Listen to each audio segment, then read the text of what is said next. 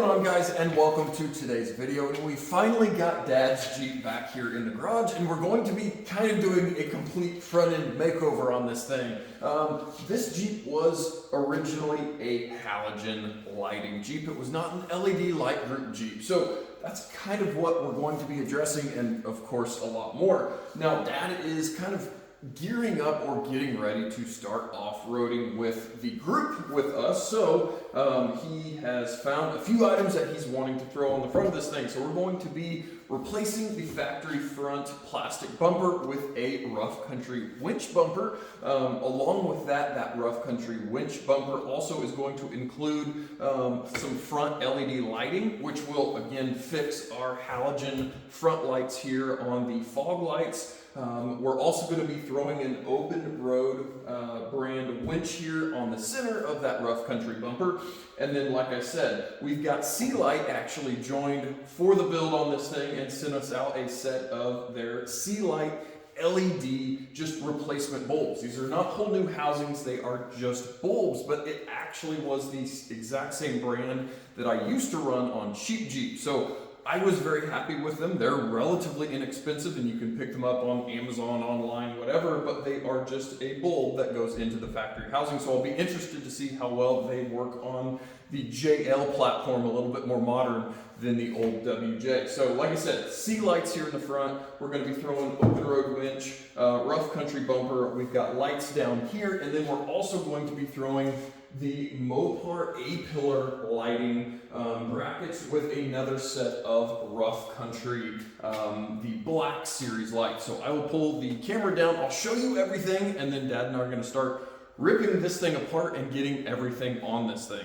All right, guys, so here is absolutely everything all laid out. Like I said, we've got the full width rough country bumper here. Now, one thing I do like about this bumper is the winch is in mounted or below flush mounted here on the bumper. Some of your more inexpensive bumpers you see on Amazon or eBay, the winch mounts to that top plate and isn't recessed down into the bumper.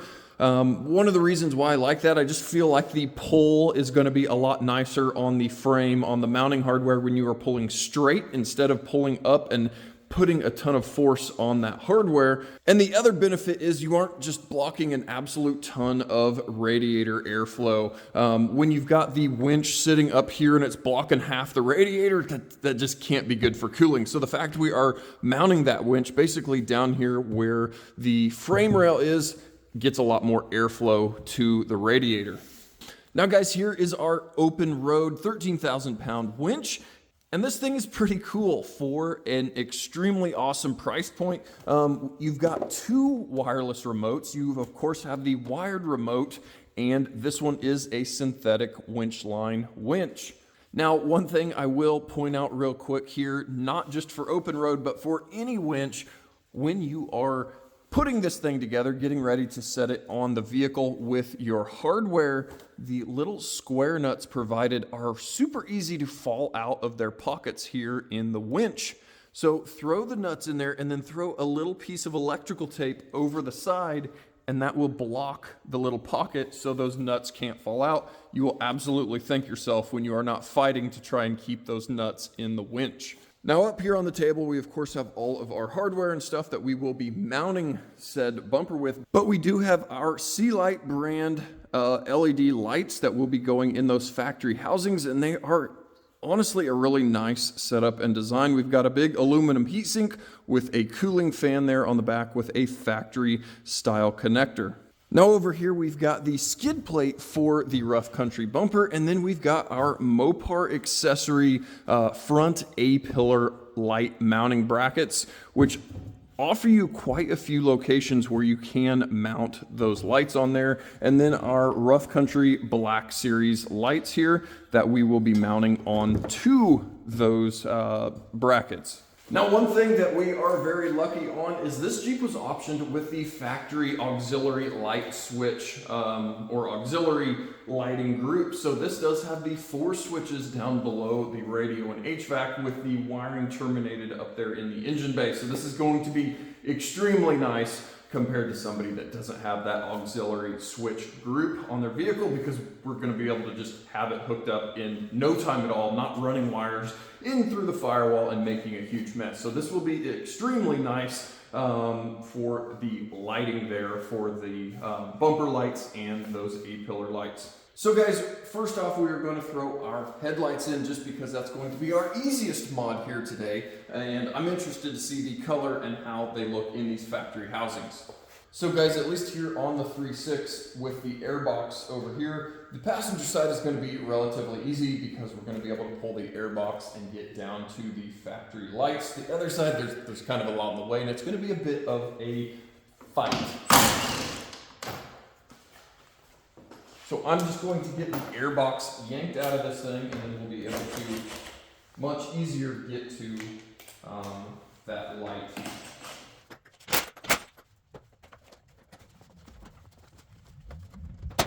So guys, with that airbox out of the way, again, you can see just the housing with the big plug on the back that will unscrew. And then we'll take our headlight bulb and quarter turn that out of the way. Unplug it.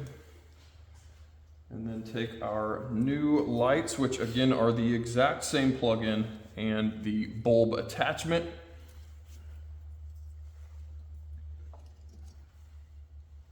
Now you will probably need to make sure you get the little resistor here shoved into the housing before you get the bulb in, because it's going to be a little bit tight with that.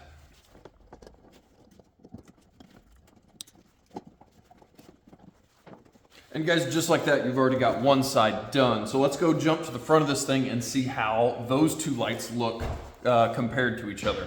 All right, guys, so just in 2 minutes of time, you can see how much you can change the look just with the headlights. Our factory kind of dim halogen lights versus those C lights here. Now, and these are correct for the Wrangler, so you still got the light diffuser there, so you're not really going to be blinding people when you are out driving at night. It's just going to be correct lighting going down the road. So I'm excited to see how this thing looks once it's actually dark outside, and I'm sure Dad's going to be excited about actually having a little more light thrown down the road when he is driving on back roads and stuff like that. So I'm going to get this other side thrown together, and then we are going to get this front bumper torn off the Jeep. I'm probably not going to show you guys that. You guys have seen that. We've got a couple of 18mm nuts on each side of the frame rail on both sides here, and then we've got a wiring connector here for those factory fog lights. So I'm going to get that disconnected. We do have a filler panel here that we've got to take a couple of small push pins out, but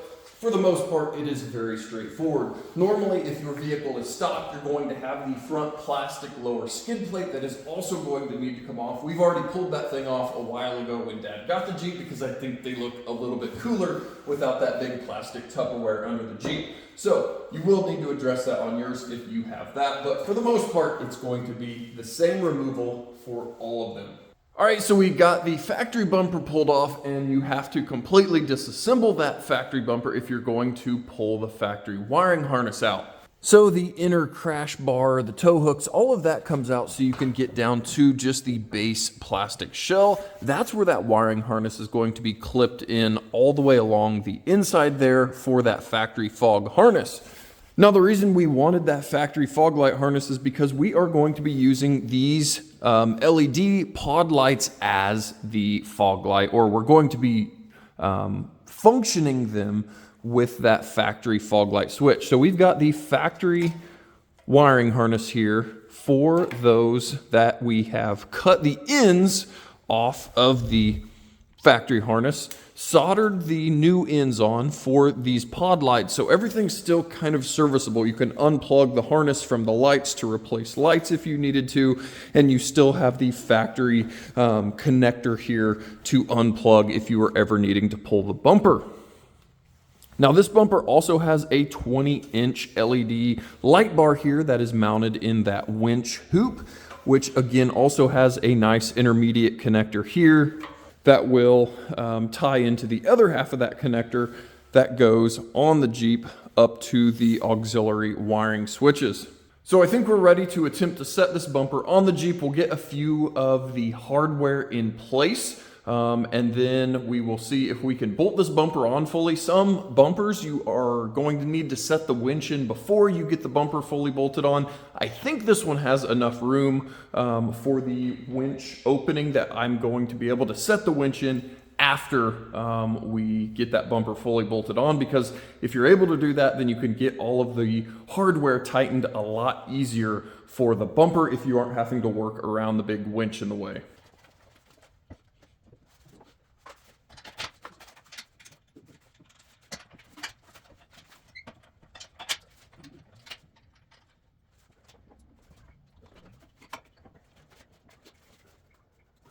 All right, so we've got bumper mounted, we've got winch mounted, and we've got the winch wiring mounted.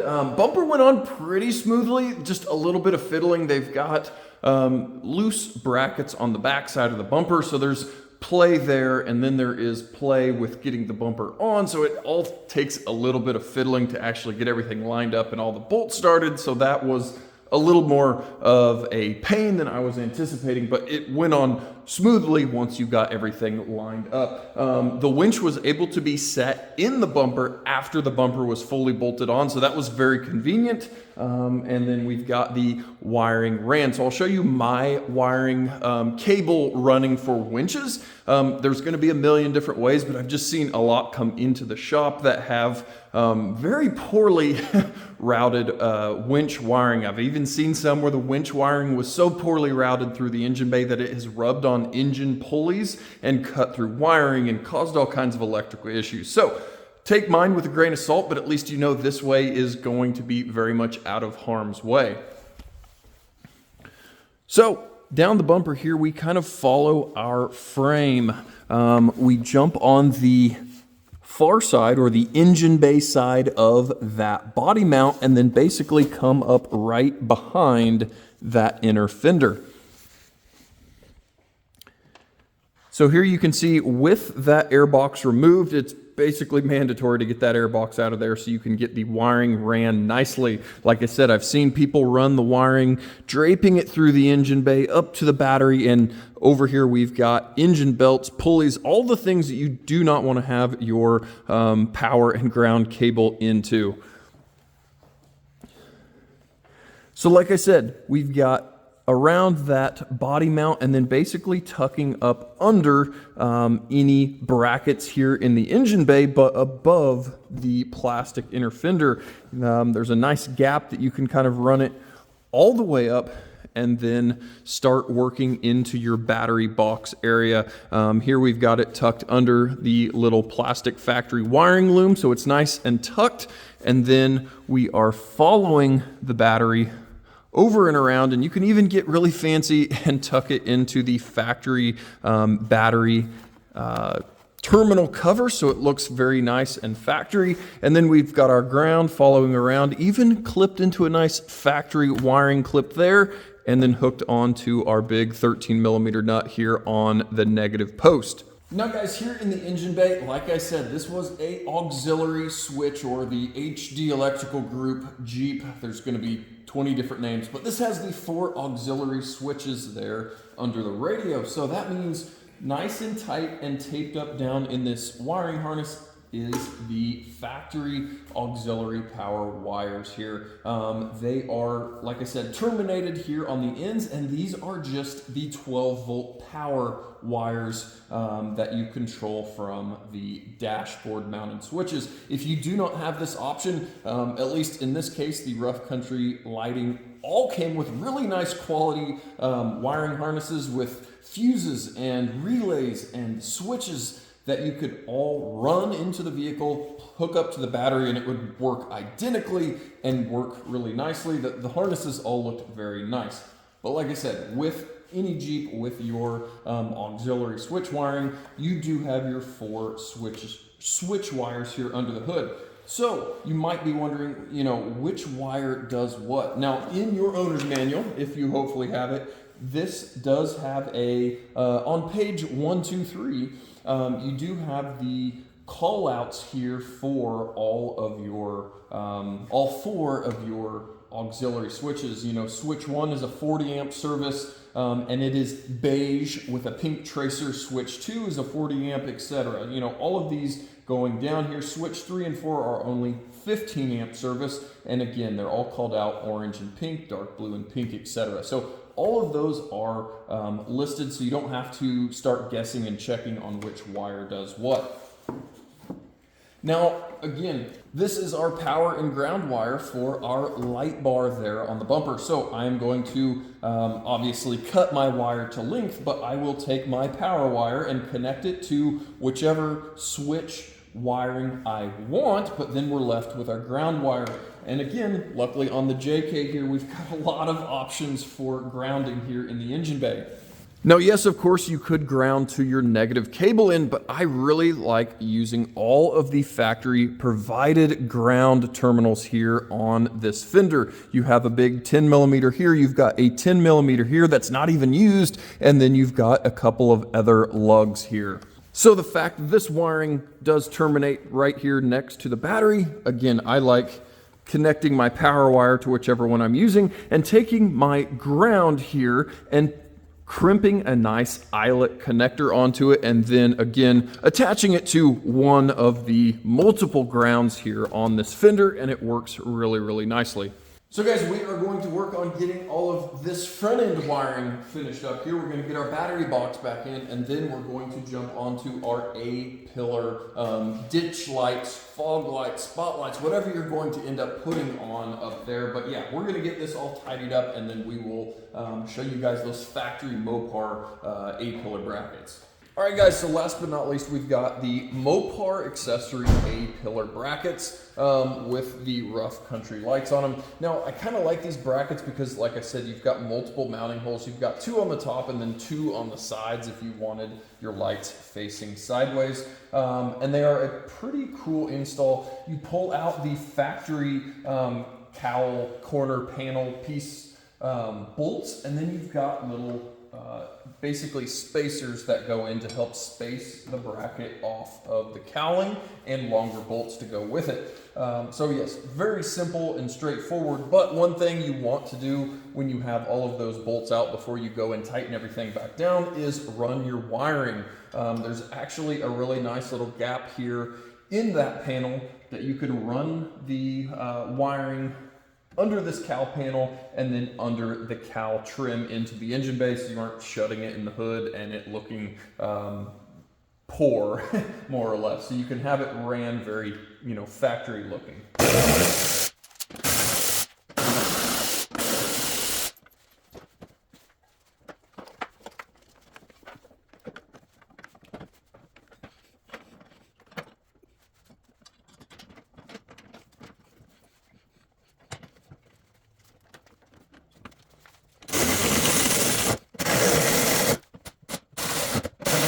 So with those brackets, you can still get a wrench underneath here to do your final adjustment. If you want to get them tipped out a little bit, up, down, whatever, you still have decent room to get to everything for your final tightening. And then, like I said, with that wiring there under the hood, you'll be able to just nicely route it over there towards your battery, whether you're, again, running the factory wiring or you are running the auxiliary, harness that came with the lights. All right, guys, well, we finally got everything mounted up here. It took us about 5 hours with our little bit of filming and our wiring and all of that, but we've got our Mopar A-pillar brackets with the rough country lights. We've got our C-Light LED headlights, which are going to be used all the time, and they look really, really good. There'll be a link down in the description for C-Light, so you can check their website and see if they've got one that fits your application, and hopefully get yourself a set ordered. We've got our rough country bumper with their pod lights here, their 20-inch light bar, and then last but not least, the open road winch.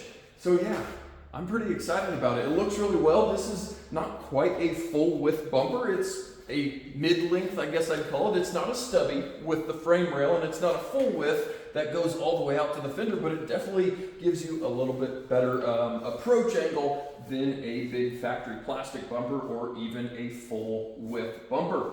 You do have cool, multiple options versus just having a tow hook or just having a D-ring shackle. You've got both here on this bumper. And unlike a lot of aftermarket bumpers that are really thin that you kind of would be worried about actually using, I'm pretty darn impressed with Rough Country's metal thickness, if you will, that it looks like it's actually going to be nice and strong, and I wouldn't feel bad about running the winch or pulling on the tow hooks here. So hopefully, or not hopefully, you hope to never have to use your recovery equipment when you're off-road, but at least if you've got it, you hope that it works good. So this year, I guess I can say this year now, since it's 2024, we'll hopefully see this thing out on the trail with us, and I'll hopefully have my own Jeep one of these days or one of these months if it ever gets built. But yeah, thanks for coming out into the garage today on a still very cold Kansas day and modding Dad's Jeep and